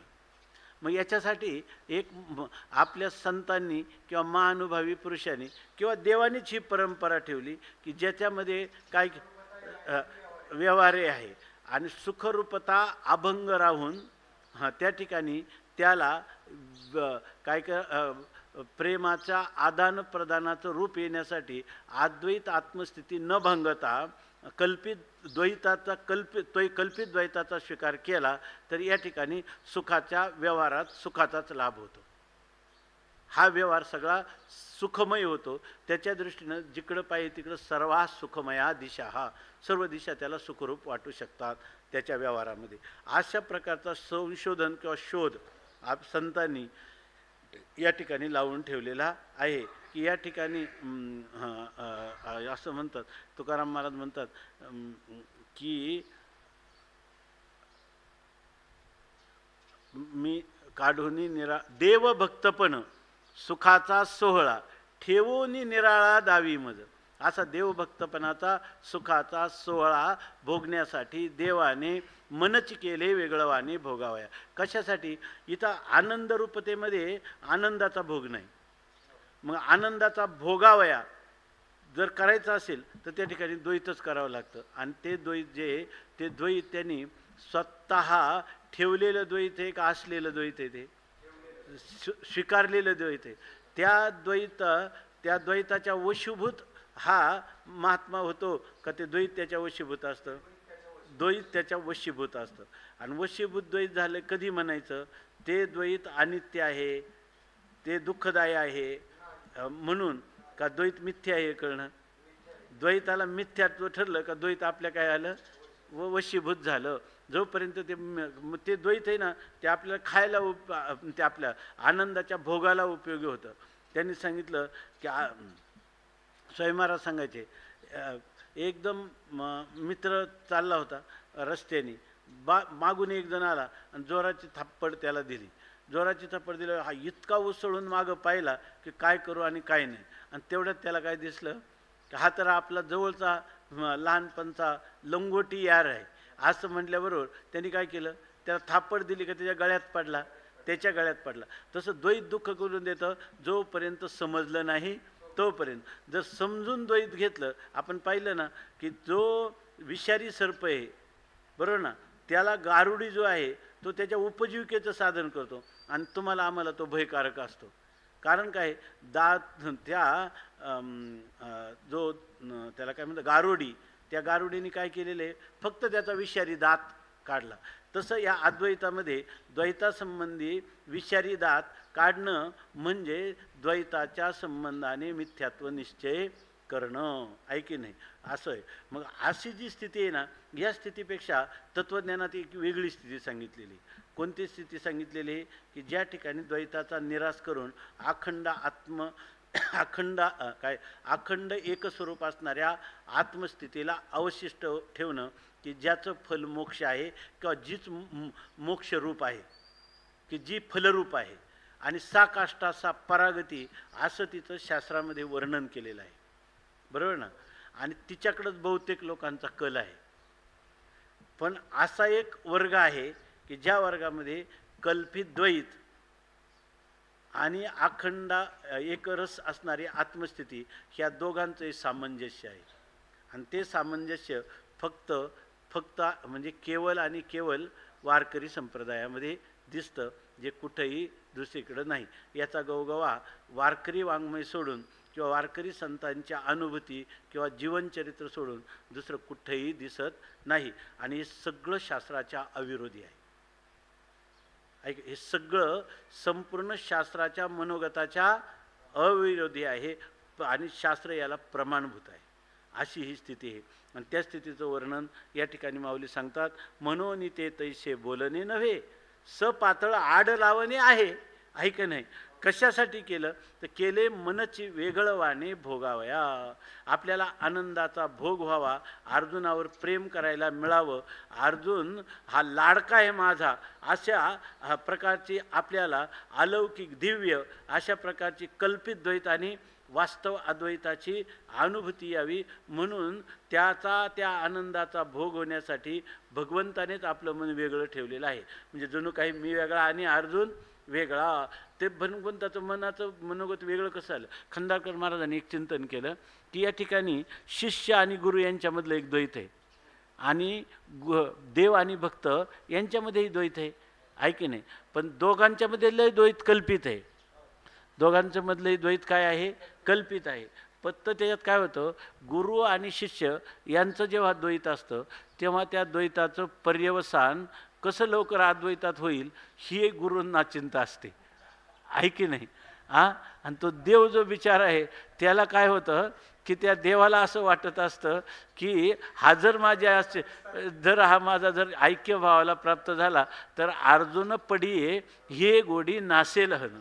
अर्जुन मला आवडतो ही गोडी काय होईल, नष्ट होऊन जाईल असं त्याला वाटतं. म्हणून देव काय करतो, म्हणून त्यांनी लिहिलं उपनिषद, मला वाटतं कधी कधी उपनिषदामध्ये त्यासाठी लिहिलं असेल की जो त्या देवतांची उपासना करतो, काय त्या स देवानाम पशु हो, काय त्याच्या अगोदरचं आहे अन्योहम, म्हणजे येऊ उदरम अंतरम कृते अथ तस्य भयम नाही, ते नाही.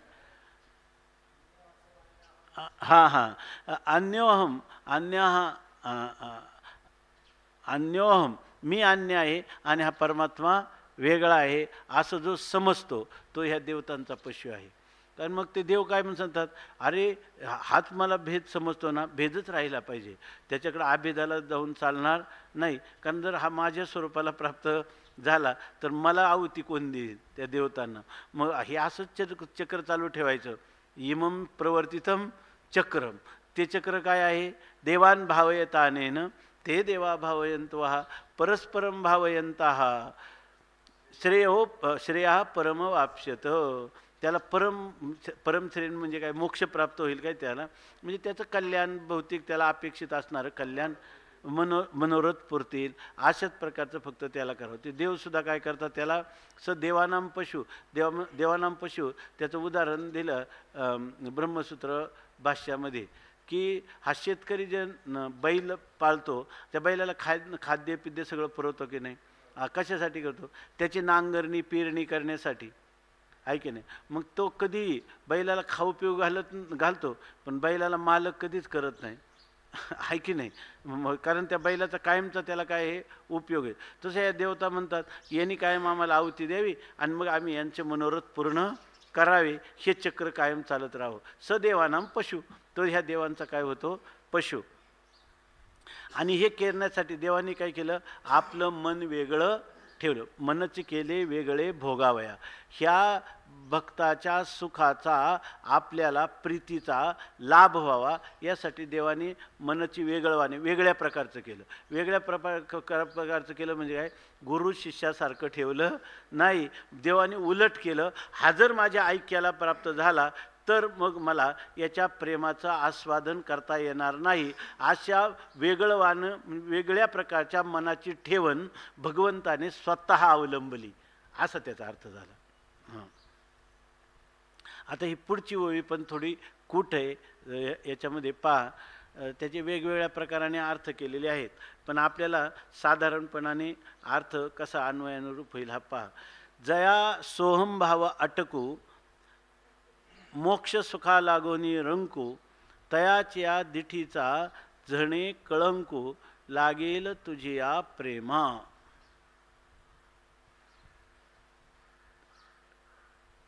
आता सांगतात अर्जुन, आपलं माऊली भगवंताच्या संबंधाने बोलत आहेत, भगवंत आणि अर्जुनाच्या संबंधाने बोलत आहेत, आणि अर्जुनाला ब्रह्मविद्येचा उघडा उपदेश न करता त्याच्यामध्ये तुम्हा आम्हामध्ये तेची परी, तुमच्या आणि आमच्यामध्ये थोडासा भेद ठेवतात. देवभक्तामध्ये भेद ठेवण्याचं भगवंताचं मनोगत या ठिकाणी ज्ञानोबरायांना या श्लोकामध्ये दिसतं किंवा ह्या वर्णनांमध्ये दिसतं, ज्याच्यामध्ये योगारूढ, योगयुक्त, योगयुक्तामध्येही श्रेष्ठ योगसंपन्न निष्पन्नाची लक्षणे, निष्पन्न पुरुष, परिपूर्ण पुरुष जो आहे तो त्याच्या बद्दलच्या लक्षणाचा विचार परमात्मा सांगतात.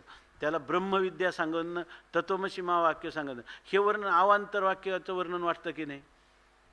मग अवांतर वाक्य सांगण्यापेक्षा एवढा मोठा अर्जुन जो नरनारायण, जसं भगवान आहे तसाच त्यांचाच एक अंश असणारा, त्याला त्यांनी ऐक्य प्रतिभा, नरनारायण का म्हणतं ऐक्यच आहे त्यांचं, उलट याच्यामध्ये ते ऐक्य काय आहे, विस्कुस आहे, ऐक नाही, ते बिघडलेलं आहे, ऐक नाही, एक करायचं सोडलं आणि पुन्हा त्याच्याशी त्याच गोडीचं आस्वादन करत आहेत परमात्मा, ऐकी नाही. तर ते करताना भगवान म्हणतात की आता सगळं झाल्यावर भाव लक्षात येईल. जया सोहम भाव अटकू, ज्याला सोहम भाव म्हणजे तो परमात्मा मीच आहे, म्हणजे परमात्म्याचं आणि माझ्यामध्ये नित्य संचलेलं ऐक्य आहे, असं ज्याला अटक म्हणजे हा एक प्रकारचा प्रतिबंध वाटतो, असा असणारा एखादा जो सिद्ध पुरुष आहे, त्या सिद्ध पुरुषाला सोहम भाव हा काय वाटतो, अडथळा वाटतो.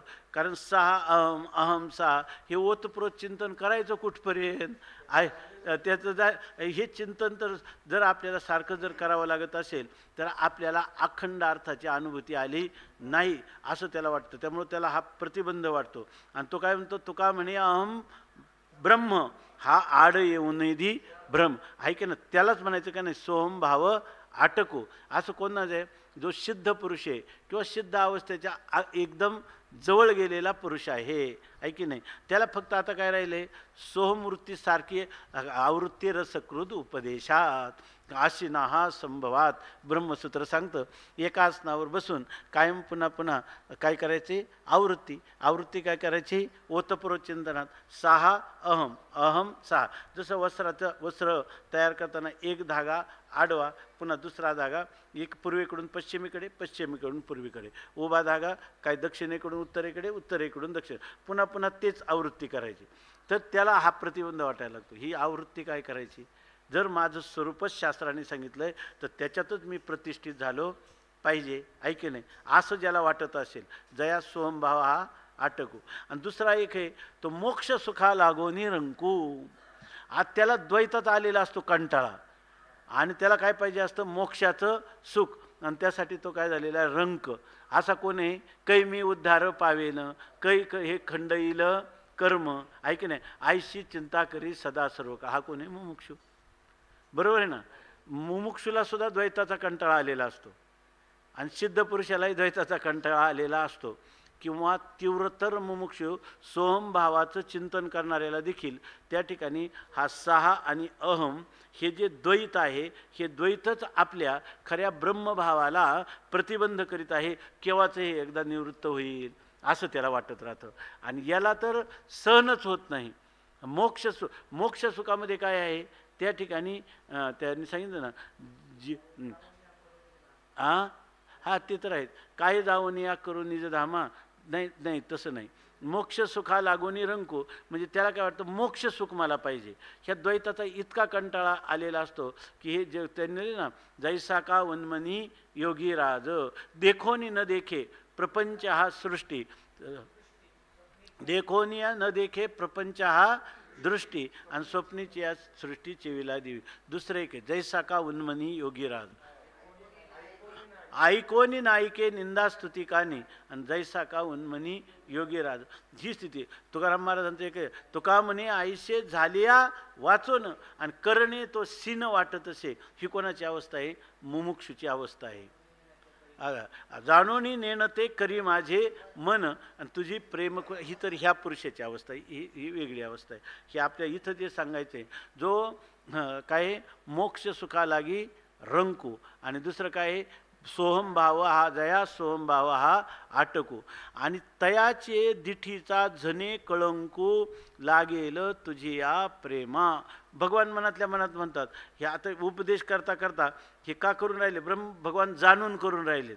ते म्हणतात ज्या पुरुषांना काय होईल, तुला हळूहळू आता तू एकदम मी सांगत राहिलो ना ब्रह्मविद्या, तर तुला काय वाटायला लागेल, सोहमभाव हा प्रतिबंध वाटायला लागेल. मोक्ष सुखासाठी तू दीन झालेला असणार. कधी मी माझ्या स्वरूपात प्रविष्ट होईल अनिर्वाच्य स्वरूपामध्ये, कधी केवळ अद्वैत स्वरूपामध्ये मी बुडी देईन, आहे की नाही. माझी अंतःकरणवृत्ती मीठ जसं पाण्यात लीन होतं त्याप्रमाणे कधी त्या स्वस्वरूपामध्ये कायमची लीन किंवा समरस होईल. देव स्वगत म्हणतायत. काय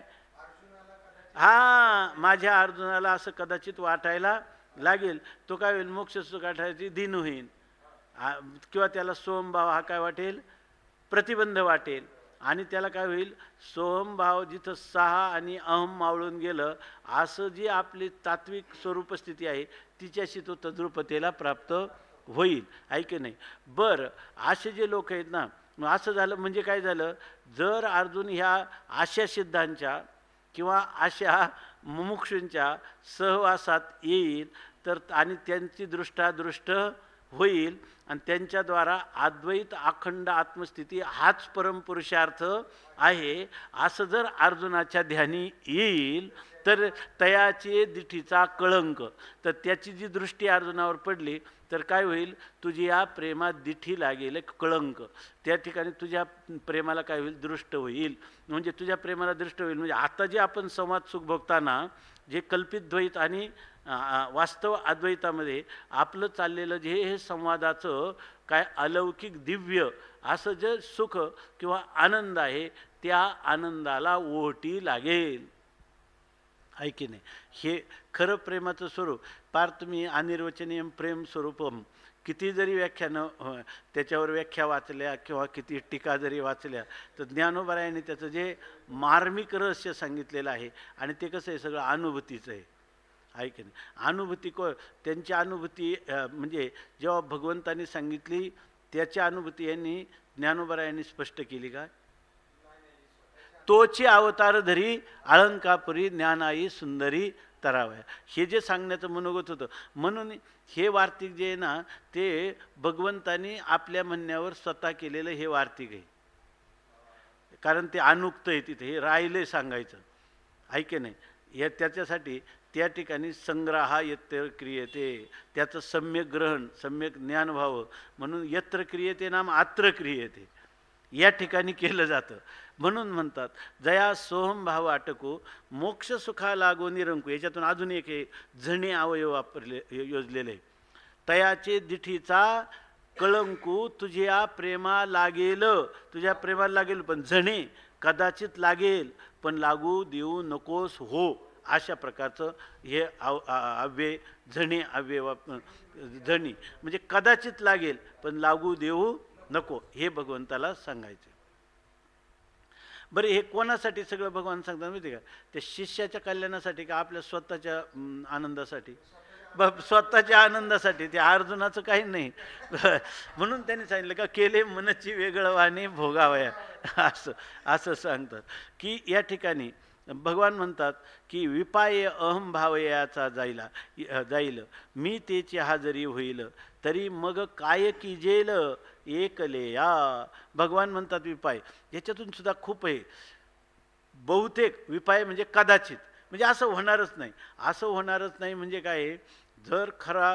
जर अर्जुनाला मी ह्या तत्त्वज्ञानाचा उघडी ब्रह्मविद्या जरी सांगितली ना तरी सुद्धा हे होणार नाही अर्जुनाच्या ठिकाणी. पण न जाणो कदाचित झालं तर त्याला म्हणतात विपाय. कदाचित अहम भाव यायचा जायचो. तो जो खरा भक्त आहे ना, नाही खरा जो भक्त आहे ना, मी त्याला उघड ब्रह्मविद्या सांगितली तरी तो ज्ञान, तो अर्जुनासारखा अधिकारी पुरुष माझं मनोगत जाणून जीवनमुक्तीच्या विलक्षण सुखार्थ ह्या आपल्या अहमभावाचा परिपूर्ण परित्याग करणार नाही. हा अहमभाव बाधित अनुवृत्तीने शिल्लक ठेवील. पण कशासाठी? संसार करण्यासाठी? केवळ भक्तिप्रेमाचं आस्वादन करण्यासाठी ठेवील.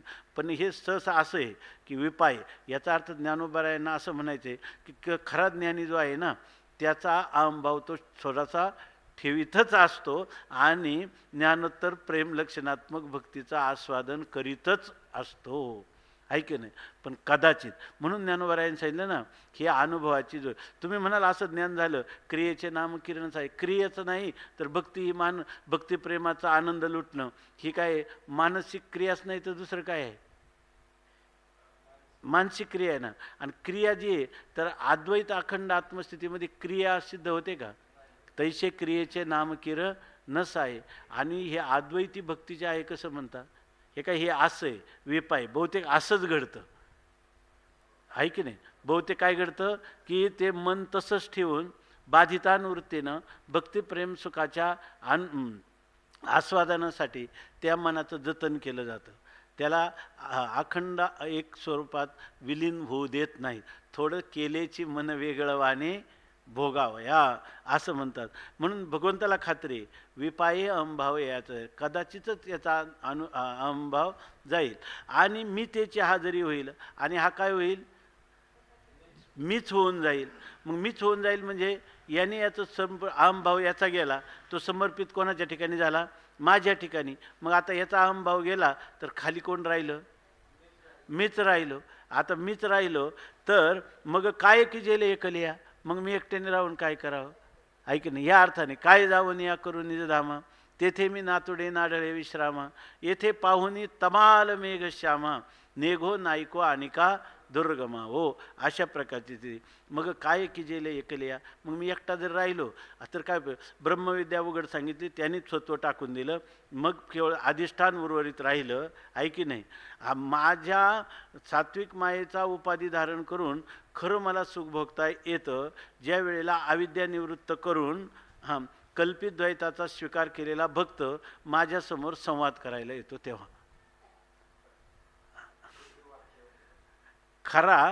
खरा मला आनंदाचा भोग होतो केव्हा? जर तो माझ्या आत्मस्वरूपाशी समरस झाला तर माझ्याशी, तर मला ह्या अद्वैत आत्मस्थितीचं तिच्यामध्ये मला ह्या परम प्रीतिरूप असणाऱ्या, बरोबर ना, ह्या भक्तिसुखाचा भोग मला घेता येत नाही. घेता कधी येतो? म्हणजे माझी उपाधी जी माया आहे ही माया उपाधी खरं त्याची अंतकरण उपाधी म्हणून मला माया उपाधी, त्याने जर आपल्या अंतकरण उपाधी टाकून तो जर माझ्याशी समरस झाला तर मला, बरोबर ना, अविद्या किंवा अंतकरण उपाधीचं स्वरूप समजून योग्यता असतानाही त्या उपाधीला बाधित करून बाधितानुवृत्तीनं माझ्या भक्तिप्रेमासाठी जर त्याने तो उपाधी ठेवला असेल तरच माझ्या मायाचा उपाधीचा उपयोग होतो आणि भक्तिप्रेम सुखाचा आनंद आम्हाला भोगता येतो, एरवी नाही. मग काय की जेले एकलिया, एकटा राहून मी काय बरं करू, असं कोण म्हणतं? भगवान म्हणतात. आणखीन भगवंताच्या म्हणजे खरा भक्त आहे ना, ज्ञानी या तो आत्मा माझा, तर त्यावेळेला भक्त भगवंताविषयी काय संकल्पना करतो नाही, त्या भगवंताविषयी अशा संकल्पना आहेत. आणि अशा संकल्पना असतील तर त्यालाच काय म्हणायचं? भक्त असं म्हणायचं. भक्ताच्या देवाविषयी कल्पना आहेत, याला फारसं महत्त्व नाही. ऐक नाही, भगवंताला काय वाटतं आपल्याबद्दल. म्हणून आपण एक कायम सांगत असं की ते जे दिगंबर बाबा कुचे होते ना, त्यांनी त्या न्हाव्याला म्हटले, काय 35 वर्षे चातुर्मास करतो, काय त्याचा उपयोग आहे तुझ्या चातुर्मासाचा? तर खरं तर तो मोठा अधिकारीच महात्मा होता, पण ते म्हणणे काय उपयोग नाही, कारण तू इथं राहून काही श्रवण करत नाही, वेदांताचं काही नाही, फक्त काकडा पाहतो त्या ठिकाणी आणि देवाचं दर्शन करतो, प्रदक्षिणा स्नान करतो, हेच तुझा चातुर्मास म्हणे. याच्या पलीकडे काय करतो? धुंडा महाराजांची ज्ञानेश्वरी आणि गाथा ते ऐकायचं, बाकी कुठं जात नसायचं. मग ते म्हटले, बाबा तुम्हाला नाही कळायचं, मी मेल्यावर कळेल म्हणे. त्यांनी त्या दिगंबर बाबांना उत्तर दिलं. ते सुद्धा खरंच आपण ज्याला म्हणतो ना, देहीचं बी देही भोगत. जर कोणी पाहिलं असेल त्यांना तर तुमच्या पाण्यात असेल, पण लक्षात नसेल, नवीन आले त्यावेळेला त्यांना जाऊन आता साधारणतः 15-1 वर्ष झाले, 15-20 वर्ष, तर ते आपल्या देवीदासच्या 14 नंबरमध्ये खोलीमध्ये राहायचे. तर त्यांना उत्तर दिलं, आम्हाला काही कळलं नाही, पण ते उत्तर लक्षात आहे. तर ते म्हणले, बाबा मी जेव्हा जाईल तेव्हा तुम्हाला कळेल. तुम्ही जर भगवंता त्या दिवशी त्यांनी एक गोष्टही सांगितली होती, मी अनेक वेळा सांगितली असेल, पुन्हा सांगत नाही. तर त्या ठिकाणी ते म्हटले, तुम्ही जर दर्शनाला गेले, मी गेल्यानंतर जर तुमच्या देवाच्या डोळ्यात तुम्हाला अश्रू नाही दिसला तर बघा म्हणे. असं त्यानं देवाचा चेहरा काळवंडलेला दिसला नाही तर मला मग तुम्ही ठरवा म्हणे. असं तसं इथं याच्यामध्ये सांगतात, हे भगवंताला वाटलं पाहिजे. आपल्याला त्याच्याविषयी काय आहे ते भगवंताला वाटलं पाहिजे, हे महत्त्वाची गोष्ट आहे. दिठीची पाहता निविजे, का तोंड भरवणी बोलीजे, ना तरी दाटोनी खेवदीजे, आयशे कवन आहे. हे भगवंताला वाटतंय त्यांच्याविषयी. की मग म्हणतो, जर आम्ही जर एकच झालो आणि मी एकटाच राहिलो तर मग पाहता दिठीची निविजे, पाहिल्याबरोबर माणसाची दृष्टीच निवते, म्हणजे शांत होतं. म्हणजे तो काय म्हणतो, माझ्या डोळ्याचं पारणं फिटलं. कोणाला? त्या भक्ताला पाहिल्याबरोबर जर तो माझ्याशी एकरूप झाला तर असं मला कधी म्हणता येईल का, आज माझ्या डोळ्याचं पारणं फिटलं. दिठीची पाहता निविजे, किंवा तोंड भरवणी बोलीजे, का भेटल्याबरोबर किती बोलून किती नाही, असं तोंड भरून बोलायचा. हा विषय संपलाच की. हे कोणाला वाटतंय? भगवंताला वाटतंय. ना तरी अथवा दाटूनी खेव दिजे, ऐशे कवना हे.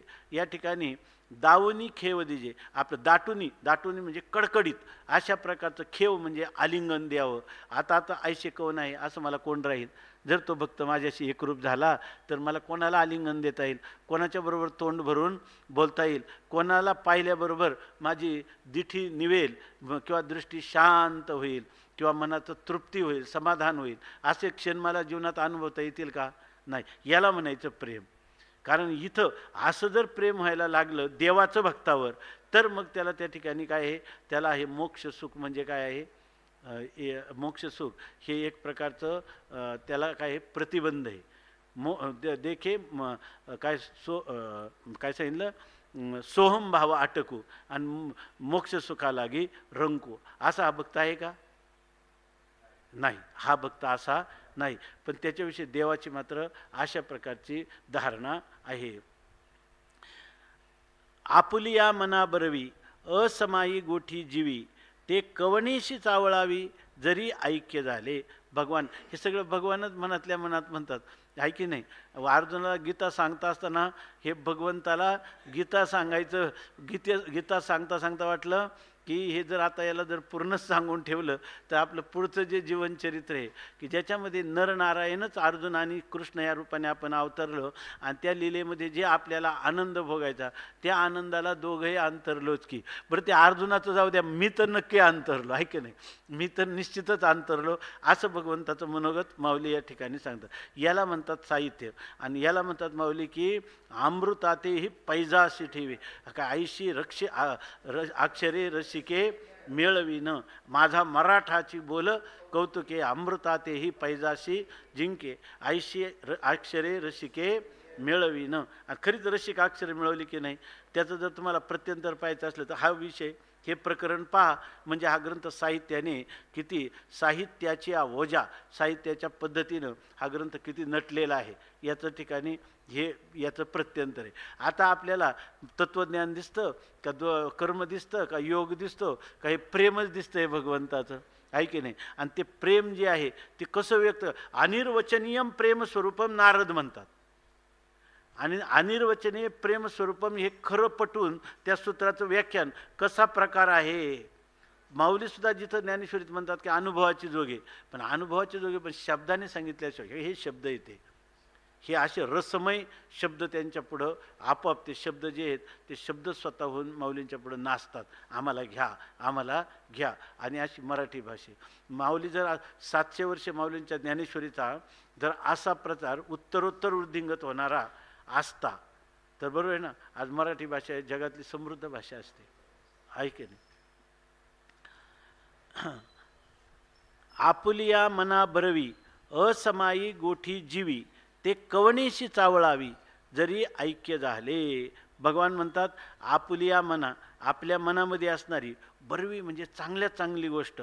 आणि ती काय मनात जरी असली चांगली तर मग असमायी ती आपल्यात मावत नाही, आपल्यामध्ये मावत नाही. त्यांनी बरेच वर्णन शृंगारिक भाषेमध्ये याविषयी करतात की तरुणाचं तारुण्य अंगात मावत नाही अशा प्रकारची वर्णनं थोडीशी अमृतानुभवामध्ये पण आलेली आहे शृंगारामध्ये. तर त्याप्रमाणे आपल्या मनातली गोष्ट आहे ती अत्यंत उत्तम आहे पण असमायी ती गोष्ट अशी आहे की ती कोणाला तरी सांगितल्याशिवाय राहत नाही.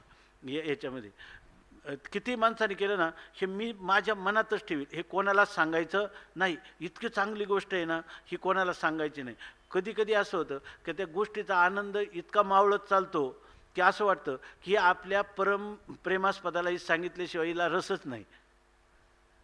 आपुलिया जीवी गोठी जी आहे ती बरवी पण असमायी ती आपल्यामध्ये मावत नाही. म्हणून ती असमायी जीवी असमायी गोठी जीवामध्ये म्हणजे अंतकरणामध्ये ती राहतच नाही.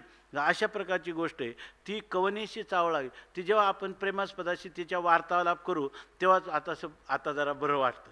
आनंद असो किंवा दुःख असो ते प्रेमास्पदाला सांगितल्याने दुःख हलकं होतं आणि आनंद वाढतो. अशी व्यवहारातली रीत आहे. परंतु याच्यामध्ये भगवंताचं असं झालं ते म्हणतात ते मी कवनाशी चावळावी. आता ही गोष्ट कुठं बोलायची कारण दोन नाहीतच राहिले. तो जो आहे तो मीच झालेला आहे. आता मीच मी आहे आणि माझंच मला कसं काय आस्वादन करता येईल. म्हणून ही गोठी कवनाशी चावळावी कधी जरी ऐक्य झाले, जर याचं माझं ऐक्य झालं तर. हां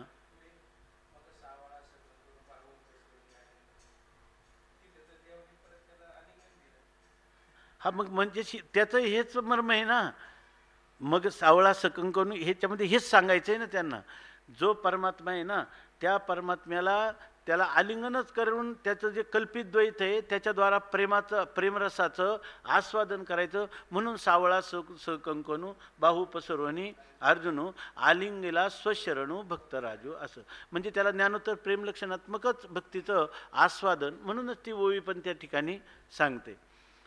जर या ठिकाणी अर्जुन आहे ना आणखीन पहा सकाळी त्या मुलीनं प्रश्न विचारला होता की काल आज सकाळी त्यानं सांगितलं की अर्जुनाला भीती का वाटली, विश्वरूपाच्या अर्जुनाला भीती का वाटली असा प्रश्न विचारला त्यानं.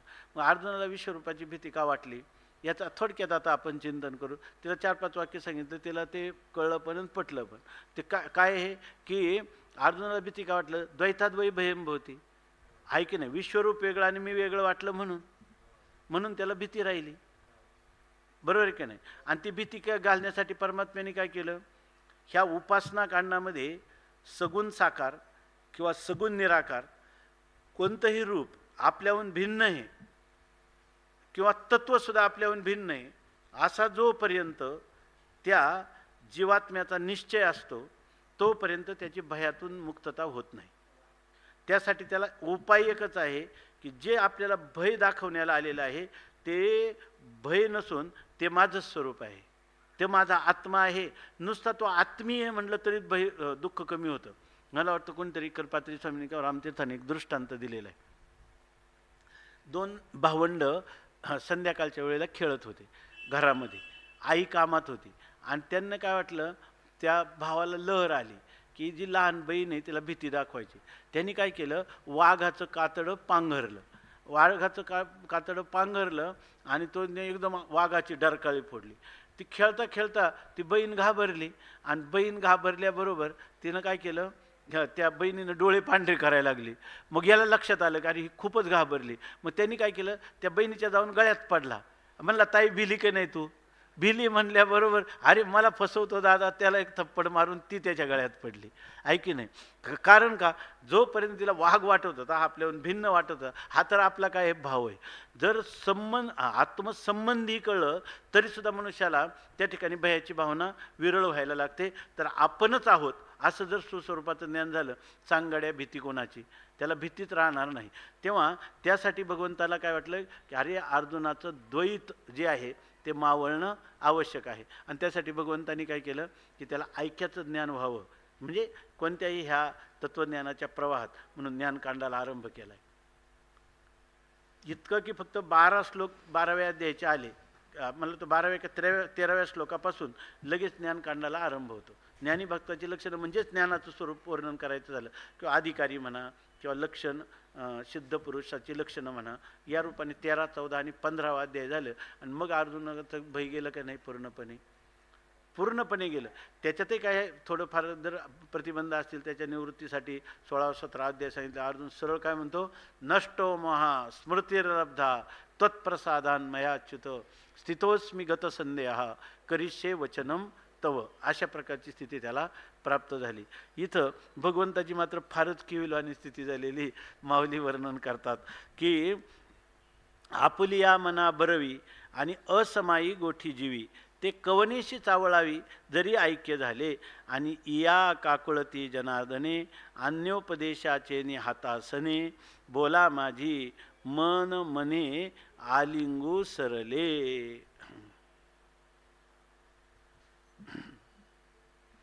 आता ते म्हणतात माऊली ही ओवी पण थोडी कुटच आहे. म्हणजे कुट कोणत्या अंगाने, साहित्याच्या अंगाने ओवी असल्यामुळं त्याच्या मूळचा शब्दाचा अर्थ तो आपल्याला डोळ्यापुढं, म्हणजे शब्द आणि शब्दाचा अर्थ आपल्याला दिसला पाहिजे.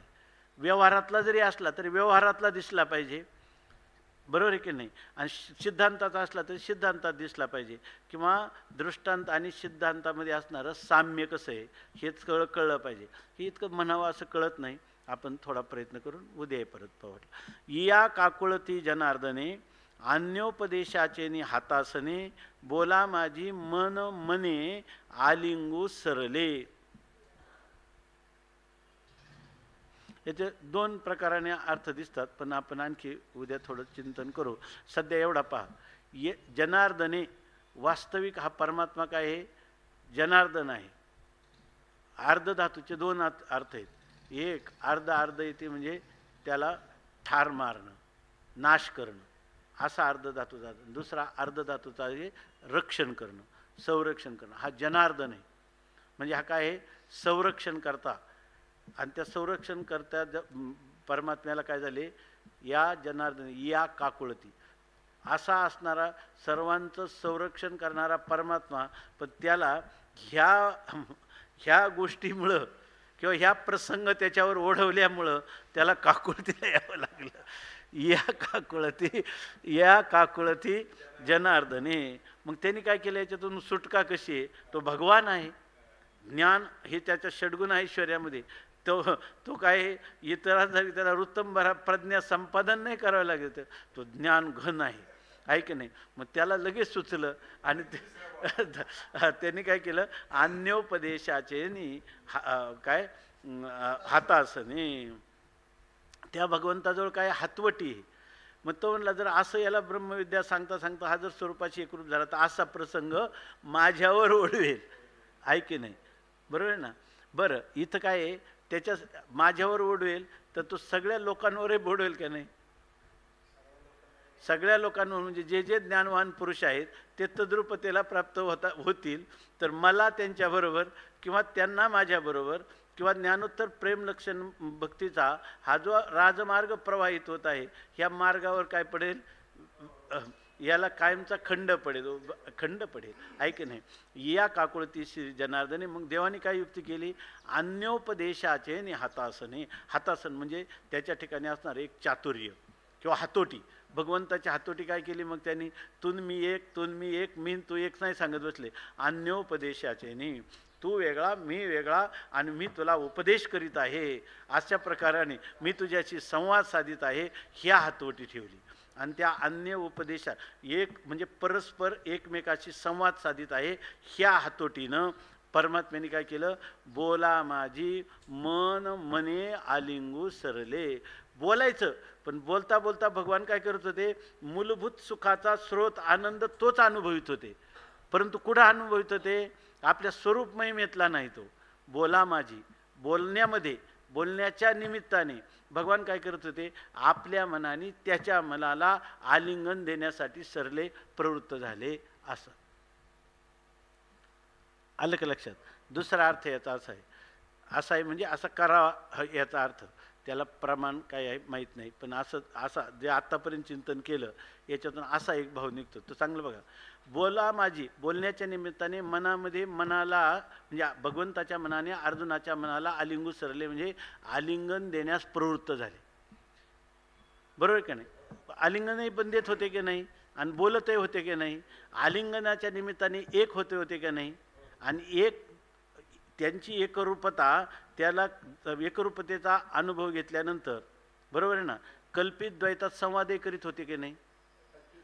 कल्पित द्वैतात संवादही चालू होता का नाही, बोलणंही चालू होतं आणि मनाला आलिंगनही करीत होते. म्हणजे ही गोष्ट भगवंताने कल्पित द्वैत ठेवून साधली होती.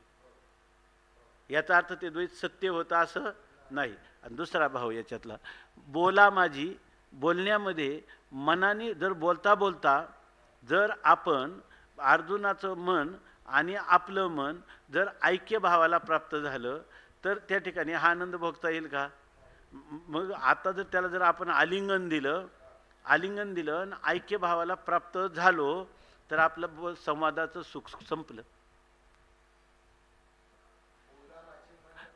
एक ऐका तुम्ही, तर आपलं संवादाचं सुख संपलं. मनाने मनाला आलिंगन दिलं म्हणजे काय झालं, बोलणं संपलं आणि ऐक्य भावाला प्राप्त झाले. मग ते आलिंगू सरले.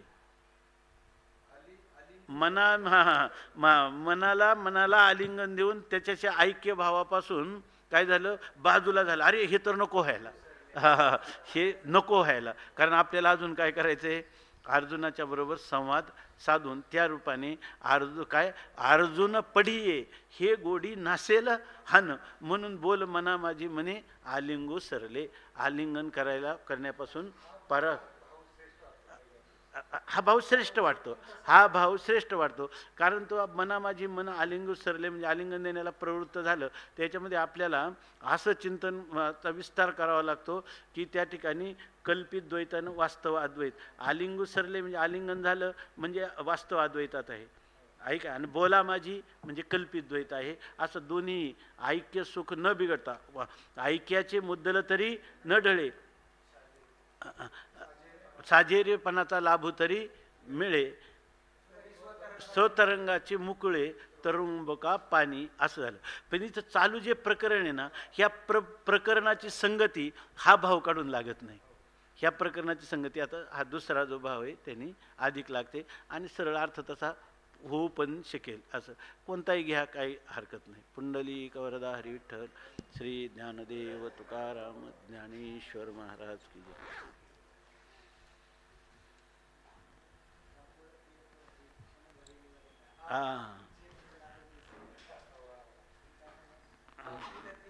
काकुळती तुमचं आहे ना पाठतो, काकुळती हे तो हरी क्षणभरी निवडिता.